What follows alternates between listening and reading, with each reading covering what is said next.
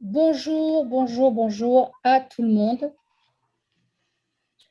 Ça fait longtemps qu'on ne vous a pas vu puisque au mois de mai, on a, en raison des ponts, sauté un webinaire, donc le dernier daté du mois d'avril, et on reprend avec un thème qui sans doute intéresse tout le monde puisque tout le monde à un moment donné a été à l'école d'une manière ou d'une autre, ou au moins à l'école de la vie.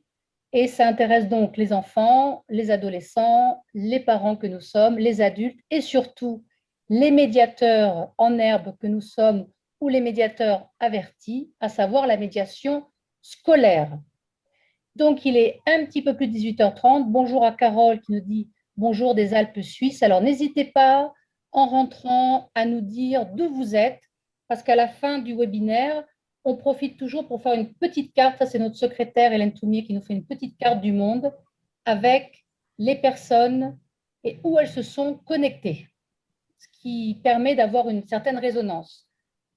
Alors voilà, le Liban, Caen, Paris, formidable. Alors vous êtes plus de 350 inscrits. Donc on va prendre un petit peu de temps avant de démarrer complètement, que tout le monde puisse rentrer pour ce 12e webinaire qui se fait en partenariat avec l'association de la médiation humaniste, AMH. La dernière fois, c'était l'association des médiateurs humanistes et nous l'avons rebaptisé avec l'accord de Jacqueline Morino, la fondatrice de la médiation humaniste, en association de la médiation humaniste, d'où le petit changement de nom. Alors, je vois que tout le monde rentre, formidable. Donc, je vous l'ai dit, le thème de ce soir, c'est un thème central pour tous, un thème central pour tous les parents, tous les adultes, tous les enfants, tous les enseignants et tous les médiateurs que nous sommes, à savoir la médiation scolaire. Alors, pourquoi est-ce que ce thème est central? Là, je vous disais qu'en réalité, en fait, on est tous très, très intéressés par ce thème. Et pourquoi est-ce qu'il est central pour nous, médiateurs, pour nous, artisans de la paix? Alors, ce thème, il est central parce que si on veut vraiment la paix dans le monde, comme disait Gandhi, si on veut vraiment la paix dans le monde, il faut commencer par enseigner la coopération aux enfants. Et la médiation scolaire, précisément, elle vise à introduire cet esprit de coopération dès la petite enfance.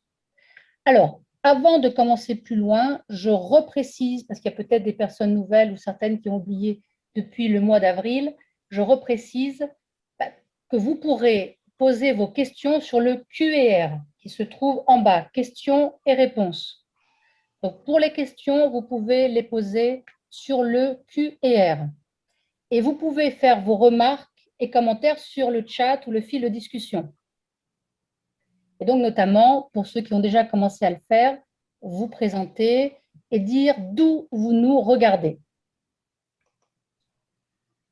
Et dernière précision aussi, pour ceux qui souhaiteraient, c'est le moment des réinscriptions, des inscriptions dans les cours d'appel, donc on a beaucoup de demandes, pour ceux qui souhaiteraient une attestation de formation pour avoir suivi ce webinaire ou d'ailleurs les précédents, les webinaires du CEMA, eh bien, vous pouvez faire une demande sur notre site semaphore.org, CEMA, P-H-O-R-E-S.org. Donc, là, vous êtes assez nombreux à être entrés, donc je vais vraiment commencer, sachant qu'on attend plus de 350 personnes. Alors, pour ce 12e webinaire de l'année 2021, donc c'est le 4e, nous allons nous pencher sur un paradoxe. Vous savez que j'aime les paradoxes, et donc un paradoxe de la médiation scolaire. Quel est ce paradoxe? D'un côté, tout le monde, que ce soit le gouvernement, que ce soit les médias, que ce soit les familles, tout le monde s'accorde pour dénoncer la violence au sein du milieu scolaire et on a tous un souvenir absolument tragique en tête, la décapitation d'un enseignant à la sortie de son collège, qui en a été la tragique illustration. Et de l'autre, la médiation à l'école, la médiation par les pairs plus particulièrement, restent des outils en marge de l'éducation nationale. Alors, cette absence de recours à la médiation scolaire, elle est d'autant plus étonnante que la médiation, ce n'est pas une simple technique de prévention, et on le verra, une simple technique de prévention et de gestion de la violence, ou encore un simple outil de pacification des relations au sein des établissements éducatifs. La médiation scolaire, et on le verra, c'est plus que ça encore. La médiation scolaire, ça permet de favoriser la diffusion d'un nouveau modèle de vivre ensemble, plus consensuel, plus doux, plus pérenne et plus humain, d'où le fait que ce webinaire, on le fasse en partenariat avec l'Association de la médiation humaniste. La médiation scolaire, ça permet de favoriser un modèle qui fait appel à des notions de consentement, de confiance, d'écoute, de dialogue, d'autonomie, de responsabilité, de réciprocité, d'équité, autant de notions qui sont fondamentales dans une démocratie. Alors après, reste à savoir comment mettre en place ce dispositif de médiation scolaire, quels sont ses effets et résultats, quel suivi, pour quelle pérennité et quel lien aussi, on verra, avec la médiation éducative. Alors, pour répondre à ces questions et à toutes celles aussi que vous pourrez vous poser tout au long de ce webinaire et que je relayerai, vous pourrez poser sur le fil de discussion et que je relayerai à nos invités, je vais tout d'abord accueillir Monsieur Jean-Pierre Bonafé-Schmitt. Bonsoir Jean-Pierre. Bonsoir. Merci d'être avec nous ce soir. Alors, vous êtes, je ne peux pas citer tout ce que vous êtes parce que vous avez tellement de références, mais je vais essayer de citer l'essentiel. Donc, vous êtes le fondateur de l'association Amélie, association de médiation lyonnaise. Vous êtes spécialiste de la médiation scolaire et de la médiation citoyenne. Vous êtes aussi chercheur associé au centre Max Weber CNRS, Université Lumière Lyon 2. Et vous êtes notamment l'auteur de la médiation scolaire par les élèves. C'est d'ailleurs avec vos travaux qu'ont eu lieu les premières expérimentations de médiation en milieu scolaire il y a près de 30 ans en France. Si je ne m'abuse, c'était en 1993. Donc, merci d'être avec nous ce soir. Et à vos côtés ce soir, j'ai le plaisir d'accueillir Agnès Revel, qui pourra nous partager son expérience concrète en matière de médiation au Collège Fénelon à Dunkerque. Bonsoir Agnès. Bonsoir à tous. Bonsoir. Alors, ce soir, tu es avec nous un quintuple titre. Alors, tout d'abord, tu es enseignante en lettres. Ensuite, tu es chef d'établissement au Collège Fénelon. De surcroît, tu as fait entrer la médiation au sein de ton collège. De plus, tu es en cours de formation à la médiation humaniste. Et enfin, tu es la responsable de la commission éducation de l'association de la médiation humaniste. Donc, je vous laisse la parole, Jean-Pierre et Agnès, et je reviendrai vers vous régulièrement pour pouvoir poser les questions que les personnes qui assistent à ce webinaire pourront poser au sein du Q&R, voire du chat. Bien, je vous remercie pour l'invitation, Catherine. Ça me fait plaisir de me retrouver donc dans ce webinaire avec autant de monde, puis le partager donc avec Agnès. Alors, je ne voudrais pas paraître trop odieux parce que c'est vrai que je prends plus de temps que pour Agnès, mais on l'a convenu dès le départ, donc je m'en excuse par avance déjà. Simplement, comme tout a été dit en grande partie sur, j'allais dire, un peu mon expérience en matière de médiation, ce que je vous propose pour gagner un peu de temps, vous verrez, donc j'ai un PowerPoint que je pourrais éventuellement vous faire passer et distribuer auprès donc, des participants. Et avec Agnès Revel, donc, on a décidé de centrer donc, nos interventions autour de 3 thèmes, un peu une espèce d'état des lieux de la médiation. Surtout, ce qui nous intéresse, et comme vous l'avez souligné, Catherine, c'est bien sûr donc, cette forme, comment développer la médiation à l'école. Donc, passer un peu de temps sur l'ingénierie de la médiation. Et là, donc, je reprendrai un peu ce qu'on a fait, donc, comme vous l'avez cité, dans l'association Amélie, où depuis quelques années, donc, ils continuent à développer cette méthode. Et puis, pour les chefs d'établissement aussi qui sont présents, souvent c'est la question qui se pose, quels sont les effets de la médiation? Donc, on terminera un peu sur cette question. Alors, je vais faire un partage d'écran, donc ça devrait pouvoir fonctionner normalement. Voilà, donc la première chose, c'est ce que j'appelle un peu les médiations donc, scolaires. Et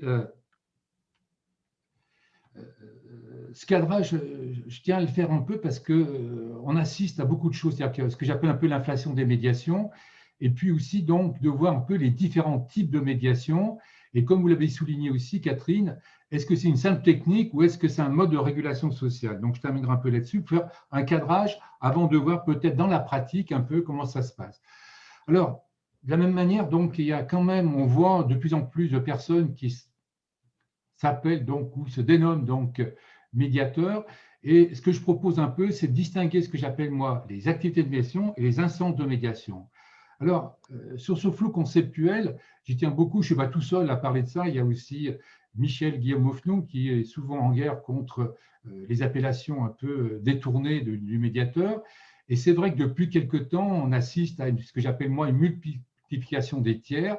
Alors bien sûr, on connaît les négociateurs, les conciliateurs, les médiateurs, mais de plus en plus, on voit apparaître en fonction des changements souvent de gouvernement, les aides éducateurs, les assistants d'éducation, les médiateurs éducatifs, etc., etc.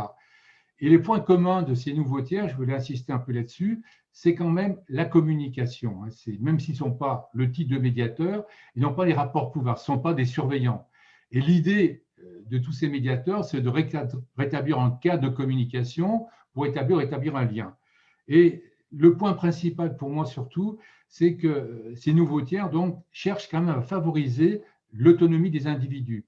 Je dis souvent que le médiateur, c'est peut-être la profession qui travaille à sa propre disparition.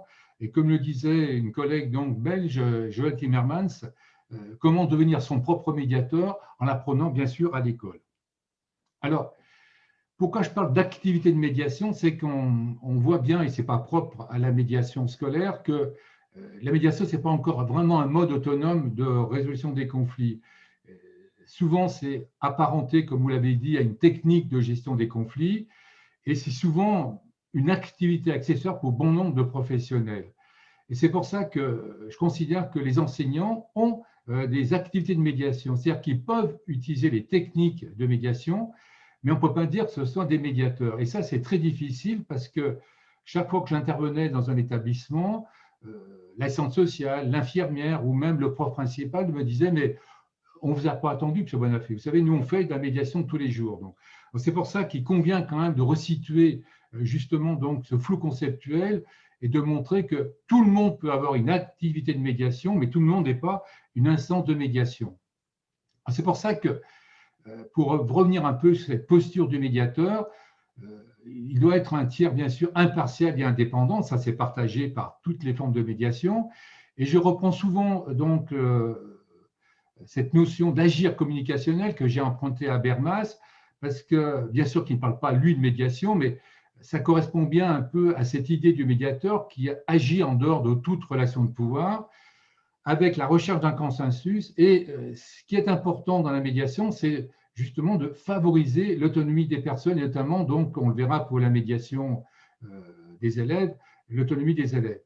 Alors, dans ces différents médiateurs, et on peut reprendre ces différentes légitimités, on les retrouve bien dans le monde scolaire, une légitimité professionnelle qui repose sur une compétence, bien sûr, acquise par une formation, comme le fait par exemple le CEMA, et puis il y a des légitimités qui est déléguée et qui reposent sur la nomination de médiateurs par les autorités scolaires, c'est le fameux médiateur scolaire qu'on retrouve dans les académies. Et puis une troisième qui est la plus difficile, et c'est cette légitimité sociale, et elle repose justement sur la reconnaissance par les usagers de ce mode de résolution des conflits.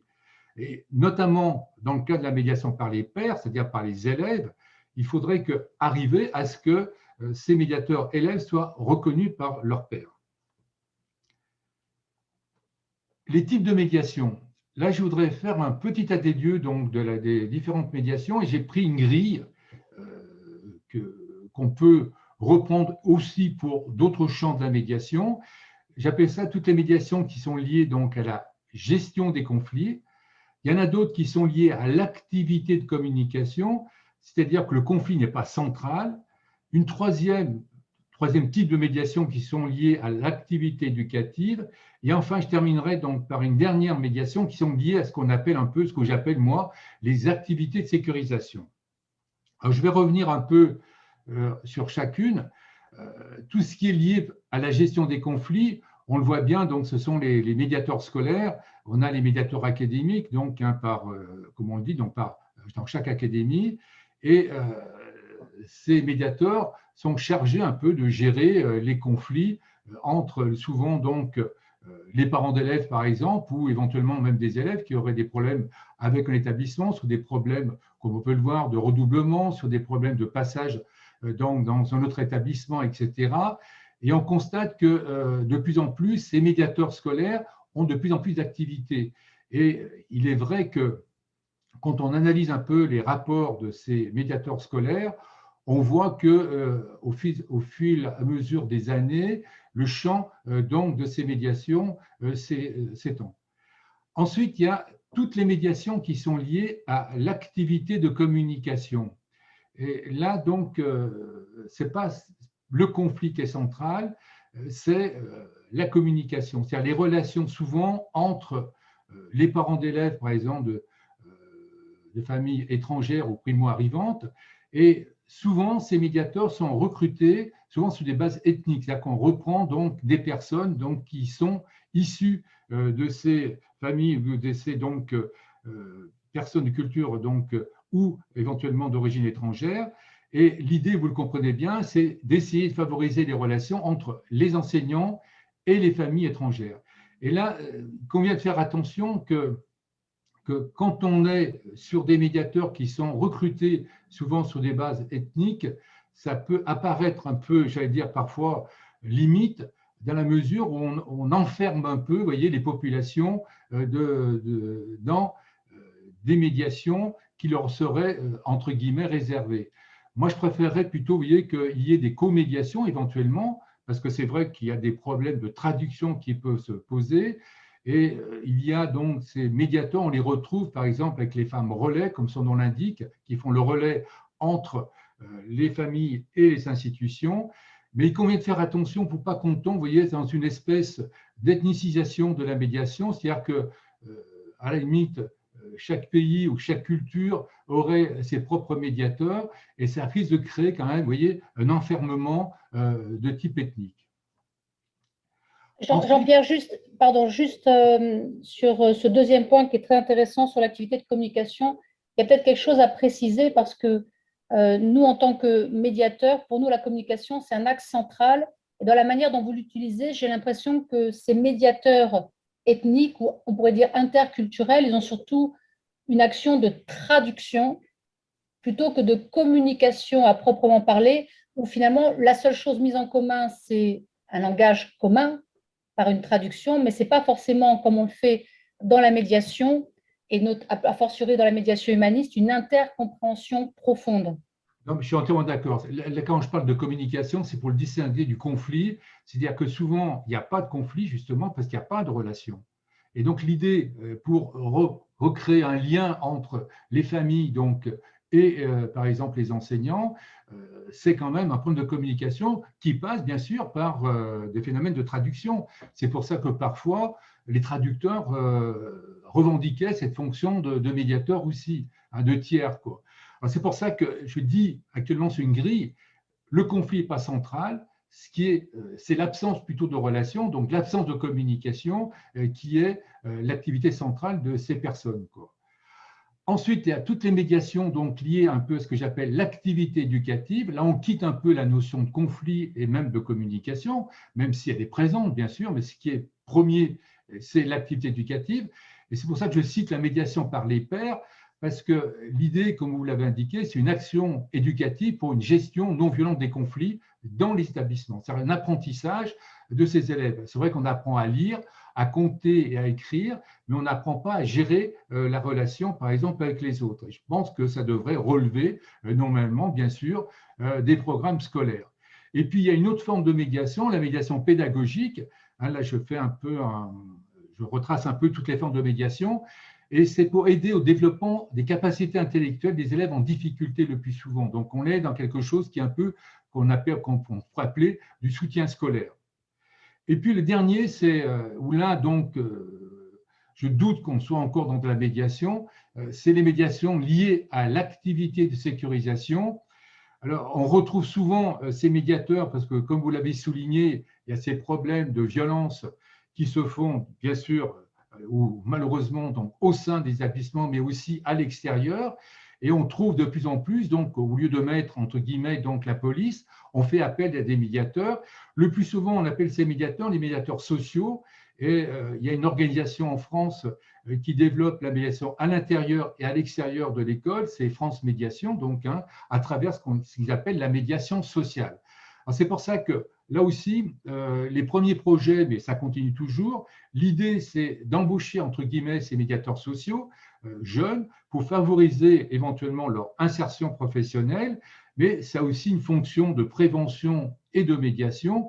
Et c'est vrai que c'est l'aspect quand même sécurisation. Je sais que ces médiateurs sociaux n'apprécient pas trop que je parle de sécurisation, mais c'est vrai que c'est quand même cette activité principale qui relève pratiquement de leur activité, quoi.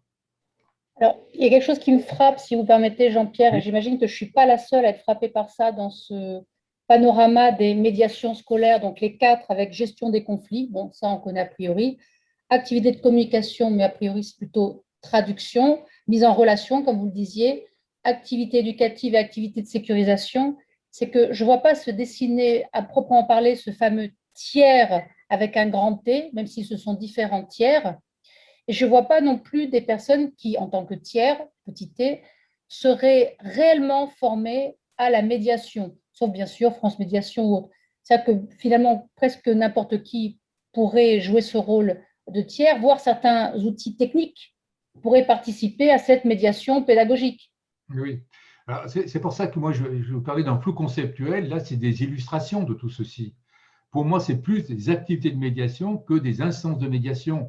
Autant, si je prends ma grille entre instances et activités, autant la médiation conflit, là on est dans les instances de médiation, bien que parfois il y ait des visions très instrumentales, hein, de la médiation. Et puis, il y a donc à côté de ça d'autres types de médiation, comme vous l'avez souligné, dans la communication qui se rapproche plus de la traduction. Là, on est plus dans des activités de médiation aussi. Et de la même manière pour la sécurisation. Alors, je laisserai de côté un peu la médiation liée aux activités éducatives, parce que là, on est dans quelque chose, la médiation par les pairs. Les élèves, par exemple, gèrent des conflits, mais ce n'est pas ce qui est premier. L'idée, c'est aussi l'éducation, hein. Comme vous l'avez dit, moi, je défends l'idée que c'est une médiation, c'est d'abord un processus éducatif. J'insiste beaucoup là-dessus, et c'est pour cette raison donc que là, on est vraiment dans de la médiation au sens peut-être réel du terme, quoi. Je continue un peu, donc je terminerai un peu là-dessus pour laisser la parole quand même à Agnès sur ce premier point. La médiation est une technique ou un mode de régulation sociale. J'insiste beaucoup parce que souvent la médiation est présentée comme une technique donc qu'on apprendrait pour gérer des conflits. Et ce qui me gêne un peu, c'est pour ça que parfois je suis un peu critique à l'égard, par exemple, de ce qu'on appelle la roue de Foutiac, c'est-à-dire qu'on a souvent donc des apprentissages qui sont basés un peu d'une manière très rationnel, hein, quand on regarde un peu Foutiac et sa roue en tout cas, hein, il suffit de suivre donc les différentes phases et normalement on va pouvoir arriver à un accord. Et c'est pour ça que moi j'insiste un peu dans le monde scolaire. Pour moi, la médiation, d'abord, c'est un processus d'apprentissage. Et c'est pour ça, comme vous l'avez souligné déjà, c'est à travers l'école promouvoir un nouveau modèle de régulation des conflits. Et je crois que c'est important d'y penser. Ensuite, c'est un processus éducatif, j'y reviendrai tout à l'heure, c'est-à-dire qu'on peut développer les capacités de communication et de raisonnement des élèves, mais aussi, et j'insisterai, vous le verrez dans l'ingénierie, un processus de socialisation. On oublie souvent que l'école, ce n'est pas simplement un lieu d'éducation, c'est aussi un lieu de socialisation, et notamment ce que j'ai appelé, moi, les élèves difficiles, c'est-à-dire ceux qui ont des problèmes de comportement ou un échec scolaire. Et le point le plus important, presque aussi, c'est un apprentissage à la citoyenneté. C'est vrai qu'il y a des cours sur la citoyenneté, mais là, c'est vraiment un apprentissage réel, donc à celle-ci. Et je terminerai simplement là-dessus. Pourquoi je parle de la médiation en rituel? Parce qu'actuellement, dans nos sociétés, la médiation, c'est une contre-culture. Ce n'est pas quelque chose de naturel. On ne va pas voir le médiateur d'une manière spontanée. Et c'est pour ça que pour qu'il devienne un rituel, et c'est à l'école peut-être qu'on doit apprendre ce rituel, comme on apprend à lire et à compter. Et c'est pour ça que Pour moi, la médiation est basée, il faut que les élèves le comprennent aussi, dans la médiation par les pairs, c'est une logique de déconstruction-reconstruction, c'est-à-dire qu'on passe d'abord par une phase de séparation, on reconnaît que l'autre peut avoir un point de vue différent, et c'est l'expression des dissensus. Et c'est à partir du moment où tout ceci a permis donc d'exprimer donc les dissensus qu'on peut passer à ce que j'appelle la phase de reconstruction. Et là, on est dans ce que Erving Goffman, lui, ne parle pas de médiation aussi, mais parle beaucoup des rituels de la vie quotidienne, ce qu'il appelle l'échange réparateur. Et je crois que c'est à ce niveau, pendant le processus de médiation, que ce que certains appellent la phase de la catharsis, que se fait cet échange réparateur et qu'on peut trouver une solution consensuelle qui est basée, comme vous le disiez tout à l'heure, sur l'intercompréhension. La médiation, ce n'est pas un double monologue, c'est vraiment un dialogue et c'est une compréhension donc mutuelle. Voilà. Donc moi, je voulais simplement faire ce petit cadrage dans un premier temps et je vais peut-être laisser la parole à Agnès pour présenter un courant particulier de la médiation qui est ce courant donc humaniste. Merci beaucoup, Jean-Pierre. Alors, effectivement, moi, j'interviens en tant que chef d'établissement, en tant que formée, personne qui commence à faire une formation avec le CEMA, le DU de médiation humaniste, et pour vous parler en fait d'une expérimentation que je conduis actuellement dans mon établissement. Ce qui m'a vraiment attirée dans l'approche de Jacqueline Morino au niveau de la médiation humaniste, c'est que c'est une approche qui va pouvoir se déployer à plusieurs échelles au niveau de l'établissement. Et en fait, si on relie un tout petit peu le parcours de Jacqueline Morino en termes d'éducation humaniste en milieu scolaire, on voit qu'il y a des expérimentations très diverses qui ont pu être conduites à travers grâce à cet outil-là, et ce qui montre bien en fait la plasticité en fait de cette approche. Donc déjà, il y a une expérimentation très féconde qui a été menée dans les Hauts-de-Seine à Villeneuve-la-Garenne en 1995. Puis il y a des personnes qui se sont vraiment complètement investies en fait dans l'approche de la médiation humaniste à Gennevilliers en 97 et qui ont conduit vraiment dans leur établissement une formation à partir essentiellement des adultes. Donc là, ce n'était pas la médiation entre pairs, mais plutôt une vision systémique en fait de la médiation qui a visé à former la totalité en fait des adultes. Et puis, on peut aussi aborder ce que Jacqueline Morino a pu faire dans le Conseil de l'Europe dans les années 2000, où elle a organisé des rencontres en fait, de jeunes européens en difficulté, et à travers des stages de formation, elle les a incités en fait, à monter, à concevoir des projets scolaires une fois de retour dans leur pays pour mettre en place la médiation humaniste, la médiation, à être à leur tour facteur de paix là où ils revenaient. Donc, que ce soit des équipes enseignantes, que ce soit des jeunes intéressés par l'approche, on voit bien que ça se décline à plusieurs niveaux.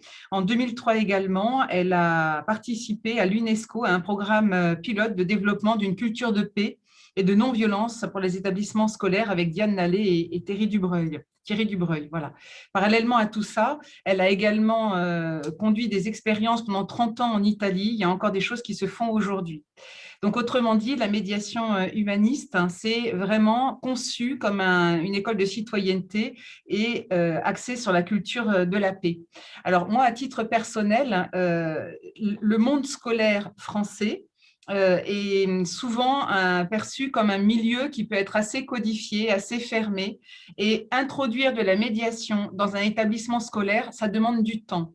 Donc moi déjà, c'est la première chose dont je peux témoigner, ça n'est pas un outil qu'un chef d'établissement va utiliser parce que ça correspond à une vision personnelle. Ça ne peut pas fonctionner comme ça. C'est vraiment un moyen de répondre à une situation que l'on constate dans l'établissement. Et quand effectivement on utilise cet outil-là, ça demande une réflexion d'équipe. Et je pense qu'il y a une question que j'ai vue passer sur comment est-ce qu'on forme les jeunes dans la médiation entre pairs. C'est pour moi absolument fondamental de s'interroger, alors peut-être parallèlement, de mon point de vue chez moi en amont, sur comment est-ce qu'on forme les enseignants et les personnels de vie scolaire. pour une raison très simple. Monsieur Bonafé-Schmitt a expliqué à quel point la médiation en fait va faire rentrer en dialogue et va remettre en question en fait une approche et va venir toucher vraiment au cœur la personne de l'enseignant. En fait, l'enseignant, pour rentrer dans cette démarche-là, va devoir abandonner un certain nombre de postures professionnelles qui lui sont nécessaires pour conduire son enseignement au quotidien dans la classe. Donc, on va passer, je schématise beaucoup, excusez-moi, mais on va passer à je parle, je conduis une expérimentation qui est cadré par moi-même et l'élève, en fait, rentre dans un système. Alors après, bien sûr, c'est ouvert au dialogue, il peut y avoir, mais en fait, l'élève quand même écoute. Là, pour le coup, c'est l'enseignant dans la médiation humaniste, à un moment donné, qui va apprendre à écouter l'élève. Donc, on a quand même une bascule, même si ce n'est pas un renversement, mais on a quand même une grosse bascule où, en fait, ça n'est plus l'enseignant qui est détenteur du savoir, c'est l'élève, en fait, sur lequel on va vraiment avoir une attention toute particulière et une posture toute particulière. On n'oublie pas aussi les parents dans la boucle, même s'ils ne sont pas physiquement présents dans l'établissement, ils sont quand même extrêmement présents, c'est quand même les premiers éducateurs, et la démarche en fait qui consiste à mettre en place de la médiation humaniste dans l'établissement peut venir questionner certains parents, puisque cette posture d'écoute qui va quand même, en ce qui concerne la médiation humaniste, consister vraiment à écouter le jeune pour écouter le cri qu'il va exprimer derrière son mal-être ou la situation de conflit qu'on peut observer, peut parfois être perçu par les parents comme quelque chose d'un peu intrusif. Ça sort du schéma classique scolaire. Donc, en fait, introduire de la médiation humaniste ou de la médiation, peut-être tout court, moi je ne suis pas assez formée pour le moment pour me rendre compte, dans un établissement scolaire, c'est vraiment faire un changement de paradigme et il faut prendre du temps pour que ça ne soit vraiment pas perçu comme quelque chose de violent. C'est pour ça que les expérimentations de Jacqueline Morino ont duré des années. Et si jamais ça s'est clôturé, c'est par manque de moyens, mais pas par manque de sens.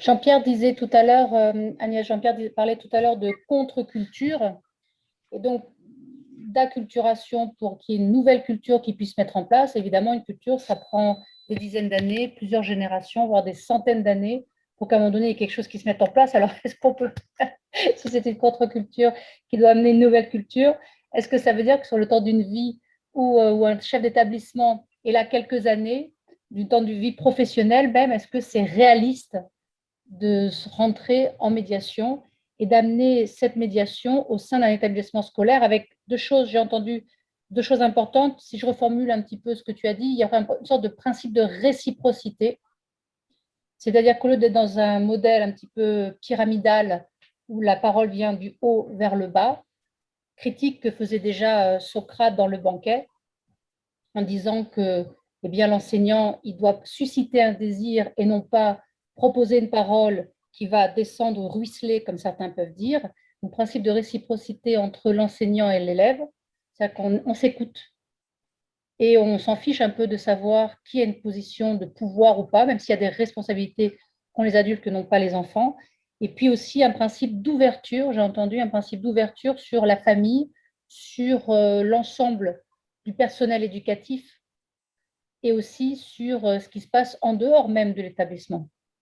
Tout à fait. Alors, moi, au niveau du temps, est-ce que c'est réaliste ? En fait, toutes les avancées pédagogiques partent en fait d'une visée idéaliste et en fait, elles s'incarnent parce que derrière, on a tous envie en fait de voir des enfants qui s'épanouissent et qui peuvent apprendre parce qu'ils sont dans un climat de sécurité et de paix. Ça, je crois que quel que soit l'enseignant, c'est bien évident que c'est la base, c'est absolument fondamental. Après, ce qui fait que c'est une approche qui, pour moi, est très féconde, c'est que ça n'est pas un outil qui va venir dénouer une relation et puis on va s'arrêter là. Ces outils, ils existent, des outils de régulation de conflits, de résolution de conflits, il y en a tout un panel dans les établissements scolaires, à commencer par le règlement intérieur et son application, par les sanctions, même si on dit qu'elles sont éducatives. Pour autant, le fait de rentrer dans une démarche de médiation, ça va véritablement changer la personne, déjà qui est le médiateur. Donc, est-ce que c'est réaliste? En fait, c'est extrêmement fécond de voir des gens qui, à un moment donné, vont se poser, vont mieux se connaître eux-mêmes, vont mieux être à l'écoute de ce qu'ils ressentent véritablement pour être plus attentifs à leurs jeunes. Et quand on arrive à poser ce cadre éducatif, mais vraiment, l'établissement change. Les enseignants changent. Moi, j'ai entendu des jeunes formés, parce qu'il n'y a pas très longtemps, j'ai rencontré un certain nombre de jeunes qui se formaient à la médiation, qui disaient « mais moi, ça a changé mes relations dans ma famille ». Ça change, ils sont en cours de formation, ce ne sont pas des médiateurs, mais me disent « moi, aujourd'hui, j'écoute complètement autrement les élèves ». Et on n'est pas dans un projet de médiation humaniste lié à un conflit spécifique. On est vraiment dans un acte d'enseignement. C'est ce que disait Jean-Pierre aussi tout à l'heure. Ça n'est pas quelque chose qui intervient à un moment donné, on passe à autre chose. Je crois que tu mets le doigt sur ce qui fait toute la fécondité de la médiation et a fortiori de la médiation dite humaniste, c'est que ça va transformer les personnes. Et donc, dès qu'on commence à faire de la médiation, et tous les médiateurs ici peuvent sans doute en témoigner, eh bien, ça me change. Ça change ma vision du monde, ça change mes relations avec les autres, ça change ma manière de communiquer. Donc, même si ça prend un certain temps pour construire cette paix dans le monde, eh bien, d'emblée, tout de suite, ça a une efficacité, ça a une efficience, ça change quelque chose. Et c'est ça l'essentiel. Et le fait qu'on soit dans un milieu dont j'ai dit tout à l'heure qu'il était assez codifié, si du coup, on arrive à instaurer cette démarche-là dans un établissement et que ça fonctionne vraiment, et en fait, là, on se sert de ce milieu qui était fermé pour que ça devienne en fait un endroit protecteur. Donc, en fait, tout ce qui peut parfois nous tirailler, nous gêner dans le côté conventionnel de l'enseignement, peut être en fait un levier pour pouvoir justement instaurer un climat et des codes qui en fait deviennent une pratique véritable. Et les établissements scolaires peuvent être vraiment ferments de paix. J'en suis intimement convaincue. Jean-Pierre, est-ce que vous voulez rebondir sur ce que Agnès vient de dire? Écoutez, moi, je rebondirais bien, parce que je prendrais bien maintenant donc, la deuxième partie qui fait une excellente transition, puisque c'est la mise en place d'un projet dans un établissement et de voir toutes les conditions à remplir. C'est pour ça que je vais donc faire un partage d'écran, si vous n'avez pas d'inconvénient. Alors, ce que je vais essayer, c'est de l'illustrer à la fois donc, avec le PowerPoint, puis aussi avec une vidéo que je pourrais vous montrer simplement des extraits, et je vous encourage à aller sur Dailymotion donc, pour la trouver. Sinon, sur le site de l'association Amélie, à Lyon, et vous pourrez donc retrouver donc, la vidéo et la voir dans son intégralité. Et ça illustre bien ce que je vais vous dire d'une manière un peu théorique. Là, vous verrez la pratique en œuvre. Alors, c'est pour ça que, comme le dit Agnès, il y a une méthode quand même. Ça ne s'improvise pas. On ne peut pas demander simplement à un enseignant ou à une personne de pouvoir développer la médiation. Il faut qu'il y ait vraiment ce que j'appelle un projet d'établissement. Donc, il y a une méthode, il y a un processus, et puis on terminera donc par les effets de la médiation. Alors, le cas d'intervention d'abord. Je crois qu'il est important de bien partir un peu de cette idée que la médiation scolaire, c'est quelque chose qui doit se faire dans le temps. Et un des problèmes que j'ai rencontrés, c'est que, et ça c'est très français, j'allais dire par rapport aux États-Unis, puisque j'ai eu l'occasion de faire des recherches comparées entre la France et les États-Unis sur cette question de la médiation, l'idée c'était de dire, les Français sont tous à égalité, tout le monde doit être médiateur, c'est-à-dire qu'on forme tout le monde. Et il était très difficile de pouvoir le faire. Et souvent, donc, quand j'ai commencé, j'étais plutôt sollicité par les collèges que par plutôt les écoles primaires. Et c'est pour ça qu'à partir de là, une petite anecdote pour vous dire que pour moi aussi, j'étais persuadé qu'au collège et au lycée, on pouvait mettre la médiation scolaire. Je ne pensais pas qu'à l'école primaire, donc ça pourrait fonctionner. Et je me souviens toujours, c'est autour d'un colloque à Rouen, parce que je cherchais des établissements, et une déléguée d'un réseau d'éducation prioritaire est venue me voir en disant « ça serait intéressant que vous veniez donc, entre guillemets, donc, expérimenter la médiation scolaire ». On était dans les années 93-95, et elle me dit ce qui serait bien, c'est de le faire vraiment au niveau du réseau, c'est-à-dire à la fois l'école primaire, le collège et le lycée. Et moi, j'avais dit, autant pour le collège et le lycée, je suis d'accord, autant pour l'école primaire, j'ai quelques doutes. Et elle me dit, écoutez, non, il faudrait que vous l'intégriez. Et je me suis trompé. C'est-à-dire que 2 ans après, je me suis aperçu que c'est en fin de compte à l'école primaire où ça fonctionne le mieux. Alors, quand je dis inscription dans le temps, c'est à partir de cette expérience que j'ai eue. Donc, pour citer, c'était dans l'académie de Rouen, donc à Saint-Étienne-de-Rouvray. L'idée, c'est comme ça, on peut suivre les élèves de l'école primaire au cycle. Donc, et l'idée, et vous le comprenez bien, c'est de pouvoir donc travailler avec ces élèves, c'est-à-dire de l'école primaire jusqu'au lycée, c'est-à-dire donner la possibilité à chacun d'être au moins une fois médiateur dans sa scolarité. Hein, ils ne peuvent pas tous être médiateurs la première année, mais la deuxième année, on formera d'autres médiateurs, la troisième année, ainsi de suite. Et de la même manière, quand ils sont au collège, eh bien, on compte continuer donc la formation des médiateurs.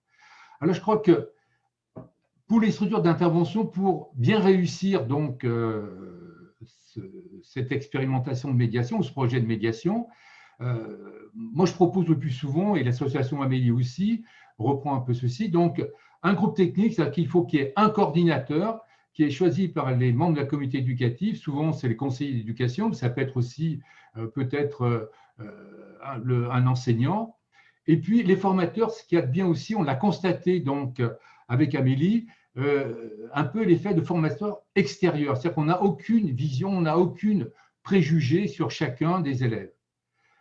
Pour éviter les problèmes, parce que j'ai pu constater que souvent, donc, dès qu'on met en place une structure de ce type au niveau d'un établissement, il convient peut-être de donner les moyens de créer ce que j'appelle un peu un comité de pilotage, c'est-à-dire des représentants de la communauté éducative, bien sûr enseignants, et puis aussi donc tout le personnel, mais aussi des représentants de parents d'élèves, parce qu'on fait appel à des élèves dans le cadre de la médiation scolaire, et puis pourquoi pas aussi d'autres institutions comme la justice, la police. Pourquoi je vous dis ça? Parce que j'avais animé une année une université d'été sur le thème police, éducation nationale, et je ne vous cache pas qu'au cours d'une table ronde où il y avait le procureur de la République, un chef d'établissement, vous savez, au moment du bac, le vol de la calculette se fait, et donc le principal expliquait qu'il gérait ce problème, et le procureur lui faisait remarquer que c'était un vol quand même qu'il aurait dû donc alerter les services du procureur de la République. Voilà. Donc ce qui montre bien que pour éviter qu'il y ait peut-être des problèmes, d'insérer un maximum de personnes, y compris les travailleurs sociaux, pour travailler en lien avec eux. Et bien sûr, donc, les médiateurs, qui peuvent être aussi bien donc, les enseignants, les assistants, parents d'élèves et élèves. Hein, la médiation par les pairs, pour moi, ce n'est pas simplement les élèves, c'est aussi les pairs adultes. Et la mise en place des dispositifs de médiation, je ne vous cache pas, c'est assez difficile. Et pour éviter peut-être des résistances, l'idée, c'était de dire on peut faire de la médiation entre élèves et de la médiation entre adultes. C'est-à-dire que s'il y a des problèmes entre parents d'élèves et enseignants, donc former bien sûr des parents d'élèves et des enseignants. C'est pour ça qu'on partait sur la base de la comédiation, c'est-à-dire que pour les élèves, par exemple, s'il y a un conflit entre un quatrième et un sixième parce qu'il y a eu une insulte ou autre chose, eh ben, en comédiation, on va prendre un élève de quatrième, un élève de sixième, pour que l'un et l'autre se sentent entendus ou écoutés peut-être par les médiateurs. De la même idée donc pour les adultes, c'est pour ça que c'est assez intéressant d'avoir différents établissements, c'est-à-dire qu'on peut faire appel, s'il y a un conflit entre un parent d'élève et un enseignant au collège, de faire appel à des parents d'élèves et enseignants de l'école primaire qui vont agir comme médiateurs, ça évite les problèmes de partialité, etc. Alors, l'élaboration du projet, je crois que là aussi, il faut du temps. Est-ce qu'on fait, donc, comme je l'ai indiqué, des médiations mixtes, c'est-à-dire conflits adultes et élèves, et je ne cache pas que le plus souvent, il y a quand même de fortes résistances. C'est pour ça que la médiation entre pairs doit être privilégiée. Ce qui veut dire par là que si jamais il y a un conflit un jour entre un adulte et un élève, par exemple, donc un enseignant et un élève, tout est là pour pouvoir le faire. Hein. C'est-à-dire qu'on peut très bien faire des comédiations. Et je me souviens toujours, je crois que c'était une personne d'une bibliothèque, donc à l'école, d'un centre de documentation, qui avait un conflit avec deux élèves qui faisaient souvent du bruit et qui, elle, avait proposé une médiation, mais en prenant les élèves comme médiateurs. Vous voyez, c'est un peu curieux parce qu'il n'y avait que ce type de structure. Mais c'est la seule fois où j'ai vu ce genre donc, de médiation. La nature des affaires, là aussi, il faut rassurer un peu les parents d'élèves, notamment, donc, hein, c'est plutôt des insultes, des rumeurs, des petites bagarres. Bien sûr que la crainte qu'on a tous quand on intervient dans les établissements scolaires, c'est qu'il y ait des problèmes plus graves. Et c'est pour ça qu'il convient de faire attention sur le type d'affaires qui peuvent être gérées par ces élèves. Le mode de saisine des médiateurs, par quels moyens? Paradoxalement, il faut trouver donc des membres de la communauté éducative qui soient d'accord pour renvoyer en médiation. Vous voyez, il y a un problème au fond de la classe, 2 élèves se battent. Bien sûr que c'est plus simple de dire donnez-moi vos carnets de correspondance, 2 heures de retenue à chacun, de dire vous allez voir le médiateur ensuite, etc., etc. Ça prend du temps. Ensuite, le choix des établissements et des classes, je crois que, comme je le disais, il est important de bien choisir les établissements du même périmètre et de déterminer quelles sont les classes aussi à sensibiliser. Et là, je ne vous cache pas qu'il y a des problèmes de budget qui peuvent se poser dans la mesure où on ne peut pas parfois, dans certains établissements, sensibiliser tous les élèves de l'établissement. Je continue toujours. Donc, alors, juste avant d'aller peut-être un petit peu plus loin, j'avais une question sur le temps, notamment, oui. Je ne sais pas si vous comptez y répondre après. C'est pour ça que c'était possible de la poser, parce que je l'ai vu dans les questions posées. Combien de temps donc faut-il pour former les enseignants en matière de nombre d'heures, de fréquence, et comment est-ce qu'on les choisit? Est-ce que c'est du volontariat? Alors, c'est du volontariat, bien sûr. C'est pour ça que tout le travail, c'est de sensibiliser. Et on se sert souvent, donc, quand je dis on, c'est Amélie, de la rentrée scolaire pour sensibiliser l'ensemble des enseignants, parce qu'ils sont tous présents, de présenter le projet avec le petit film que vous verrez tout à l'heure, et de les amener un peu à dire quels sont ceux qui voudraient donc être médiateurs. Et souvent, ce sont plutôt des jeunes enseignants, parce que comme ils arrivent et ils ont toujours des problèmes de gestion donc, de la classe, ils n'hésitent pas toujours nous servir. C'est très court, hein, je ne vous cache pas que c'est en gros, alors on ne dit pas qu'on va former des médiateurs au sens fort du terme, donc c'est des sensibilisations, alors ça peut être on commence toujours par ça, donc des demi-journées, et c'est très difficile à trouver, donc pour que les enseignants se libèrent, donc c'est sur le temps libre le plus souvent, et ça dépend des établissements, ça peut aller à 4 demi-journées, comme ça peut être un peu plus long, selon donc les établissements. Donc, c'est plus une sensibilisation à la médiation que vraiment une formation. Moi, je distingue bien pour pas qu'il y ait de confusion dans mes propos, parce que je ne peux pas tenir un discours en disant on forme les gens en 30 heures, par exemple, ou en 60 heures, et puis voir des programmes de formation comme la médiation familiale à 600 heures. Dans l'un, on est dans la gestion des conflits, dans l'autre, on est plus dans la régulation sociale. C'est pour ça que la socialisation, on ne va pas demander à des médiateurs dans un quartier, par exemple, de faire 600 heures avant de pouvoir intervenir. C'est pour ça que souvent les dispositifs, c'est 2 fois 30 heures ou 90 heures, un grand maximum, avec bien sûr tout un travail sur le terrain. Moi, je conçois plutôt de la formation continue, c'est-à-dire qu'en fonction des cas qui arrivent, on fait donc, je ne sais pas, de la supervision ou de l'isopratique, mais c'est quand même ça. Donc, c'est plus pour moi une formation continue, quoi. Voilà. En même temps, on peut se demander si, là, j'y pense tout d'un coup en vous écoutant, si on pourrait envisager un diplôme à part entière de médiateur scolaire. Parce que l'école étant au cœur de tout, eh bien, pourquoi est-ce qu'on donnerait si peu d'heures de formation pour des médiateurs scolaires alors qu'on en donne 600 heures pour des médiateurs familiaux? Moi, je suis entièrement d'accord avec vous. C'est pour ça qu'il faudrait que ça rentre un peu dans les programmes ou dans les possibilités de formation. Ça peut exister. Hein. Je veux dire, l'éducation nationale nous a aidés à un moment donné parce qu'on formait, ce qu'on faisait, on formait des formateurs, donc, c'est-à-dire des enseignants qui devenaient ensuite formateurs dans la classe. Donc là, on avait des heures, des possibilités d'heures de formation, et ils étaient pris sur le crédit formation de l'éducation nationale. Donc c'est possible. Moi, ce serait quelque chose de bien, et je pensais surtout aux conseillers d'éducation qui, eux, jouent un peu ce rôle de coordination, et une formation plus adaptée pour eux serait vraiment donc appropriée, quoi. Donc, je reviens un peu. Oui, et juste une dernière question, si vous permettez, Jean-Pierre, qui est en direct avec ce que vous êtes en train de dire, dans le fil de discussion. Est-ce qu'il serait envisageable de proposer dans un premier temps, par rapport à la sensibilisation, une action de sensibilisation à la médiation aux acteurs de l'éducation nationale sur chaque territoire, une journée du type journée de la médiation? Ouais, ce serait l'idéal, je ne vous cache pas, parce que paradoxalement, c'est toujours pareil, les gens entendent la médiation et dès qu'ils la pratiquent, on voit dans les établissements, on fête souvent, du moins l'association Amélie, fête souvent les 10 ans. Hein. Moi, je me souviens, donc, pour citer une ville qui n'est pas une banlieue, c'est Rumilly, donc dans la Savoie. où dans cette ville de 15 000 habitants à peu près, c'est là où on fabrique les poêles Tefal. Hein. Donc, pour resituer un peu, la municipalité a mis en place en même temps la médiation de quartier et la médiation élève. Et c'est ce que j'appelle un peu la médiation citoyenne. Et c'est vrai que on a fêté les 10 ans il y a une dizaine d'années déjà. On pourrait fêter pratiquement les 20 ans, je crois, de ces expériences. Ce qui montre bien que quand les acteurs sont impliqués, il y a une espèce, entre guillemets, donc de pérennisation qui peut se mettre en place. Parce que le gros problème de la médiation scolaire, c'est la pérennité. C'est-à-dire d'aller au-delà d'un chef d'établissement qui, lui, en a fait son projet et comment d'autres chefs d'établissement vont reprendre le projet. Ça, je crois que c'est un point important. C'est là où le fait qu'il y ait un diplôme à part entière pourrait permettre peut-être de garantir cette pérennité. Oui, c'est pour ça que dans les métiers de la médiation, il y a le médiateur et puis il y a ce que j'appelle l'ingénierie de la médiation.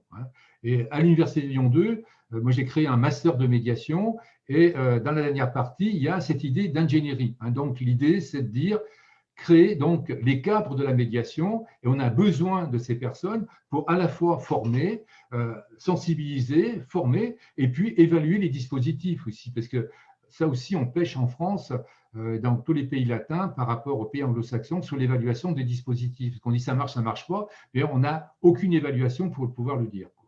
D'où l'observatoire de la médiation qui avait été créé à un moment donné. Exactement. Donc, je plaide depuis des années pour un observatoire de la médiation et je ne vous cache pas que pour le moment, c'est plutôt donc, si je comprends bien, ça veut dire qu'en France, il n'existe aucun diplôme à part entière qui permette de former quelqu'un à la médiation éducative ou à la médiation scolaire. Alors, je ne sais peut-être pas aussi. Il y a quand même des modules qui sont dans beaucoup de diplômes universitaires de médiation, mais c'est des modules. Dans le master, par exemple, de Lyon, et dans les 2 premières années, par exemple, il y a des modules sur la médiation à l'école. Et on a des élèves, par exemple, puisqu'il y a des échanges Erasmus, on a des élèves, des étudiants, donc qui sont partis, par exemple, en Espagne à Murcia, donc dans le cadre de l'université de Murcia, et qui ont travaillé dans leur stage, parce qu'ils ont un stage à faire, dans la mise en place et l'évaluation d'un dispositif de médiation. Donc, ils voulaient prendre quelqu'un d'extérieur, justement. Donc, on a des échanges. Donc, il y a des possibilités de spécialisation. Moi, je préférais parler de spécialisation plutôt que de diplôme peut-être précis. Alors, dans ce cas-là, j'aimerais, si vous permettez, faire un petit coucou à nos amis du Liban qui sont en train de nous regarder, puisqu'il y a un DU de médiation éducative. C'est moi qui l'a créé, ça n'a pas beaucoup d'importance, mais il y a un DU de médiation éducative au Liban. Donc, encore bravo à ces amis libanais qui, apparemment, moi, je pensais qu'on était en France aussi un peu à la pointe, mais je vois que c'est au Proche-Orient qu'on a créé ce premier DU de médiation éducative. Donc, bravo à ceux qui s'accrochent au Liban à la médiation et à la médiation éducative. Bien, ce que je vous propose donc en 4 points, donc avec aussi des petites illustrations de la vidéo, de reprendre un peu donc la mise en place du dispositif sur les phases de sensibilisation, de recrutement et la formation. Alors, je crois que la phase de sensibilisation est importante. Souvent, donc, dans les établissements, on dit on va prendre 2-3 élèves, vous voyez, les bons élèves le plus souvent, puis on va leur donner, comme on le voit pour les délégués de classe, donc ce rôle de médiation. Je crois que l'idée, il faut créer une culture dans l'établissement autour de la médiation. Et la sensibilisation dans les classes me paraît important. D'une part parce qu'ils connaissent la médiation, et puis surtout, ça nous permet, du moins ça permet de susciter des candidatures. Et ce qu'on fait le plus souvent, c'est la méthode des jeux de rôle. Et vous voyez sur la diapo que je vous présente, un petit dessin. Ce qu'on demande, c'est des élèves de primaire, ce qu'on leur demande après, qu'est-ce que vous avez compris de la médiation? Donc, on leur demande, une fois qu'ils ont fait cette sensibilisation, et on leur demande de faire un petit dessin. Donc, dans chaque classe, ils faisaient des dessins, et ça nous permettait de sensibiliser les parents en demandant aux parents de venir voir, faire une petite expo sur la médiation vue par leurs élèves, par leurs enfants.